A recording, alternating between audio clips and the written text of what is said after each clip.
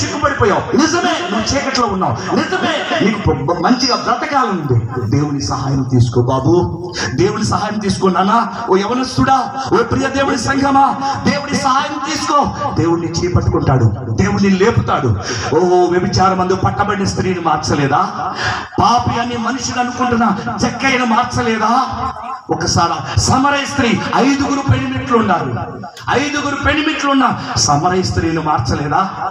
హింసకుడు, దోషకుడు, హానికరుడు సౌలుని పౌలుగా మార్చలేదా? నిన్ను మార్చలేడా? నీ జీవితాన్ని కట్టలేడా? నిన్ను బయటకు తీసుకురాలేడా? నీ దేశం నుంచి బయటకు తీసుకురాలేడా? నా దేవుడికి అన్ని సాధ్యమే. You are ready? నువ్వు సిద్ధంగా ఉన్నావా బయటికి రావాలని? నువ్వు మారాలని ఉందా? నువ్వు విడుదల పొందాలని ఉందా? ప్రభు కొరకు బ్రతకాలని ఉందా? నా జీవితంలో ఈ పాపం వద్దు, ఈ లోకం వద్దు, ఈ చెడు వద్దు, ఈ అవిధేయత వద్దు, నా ప్రభు కొరకు బ్రతకాలి, నడవాలి. తప్పన వాంఛ మంట నీలో ఉందా? రా బయటికి రా. నువ్వు రెడీ అయినా రా, బయటికి రా. నా దేవుడిని చేపట్టుకుంటాడు, నా దేవుడు నిన్ను బలపరుస్తాడు, నా దేవుడు నిన్ను విడిపిస్తాడు. నువ్వు ఎంత ఘోర పాపివైనా, ఎంత ఘోర పాపములో ఉన్నా నా దేవుడు నిన్ను బయటికి తీసుకొస్తాడు. గట్టిగా చప్పట్లు కొడుతూ దేవుడికి మహిమ చెల్లిద్దాం. హల్లెలూయా. ఈ రాత్రికాల సమయంలో కాబట్టి నేను ముగించేస్తున్నాను నా ప్రియ దేవుని సంగమా.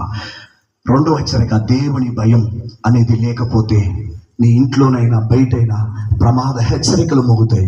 లేదు, ఈ రోజు నుంచి దేవుని యొక్క పరిశుద్ధాత్మ సహాయాన్ని తీసుకొని ఈ వాక్యానికి లోబడి నేను నీ భయము కలిగి ఉంటాను ప్రభు అని ప్రభుకు సమర్పించుకో.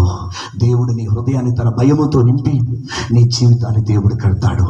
కాబట్టి దేవుడి భయం ఎక్కడుండదో అక్కడ ఏముండిద్ది? పాపం ఉండిద్ది.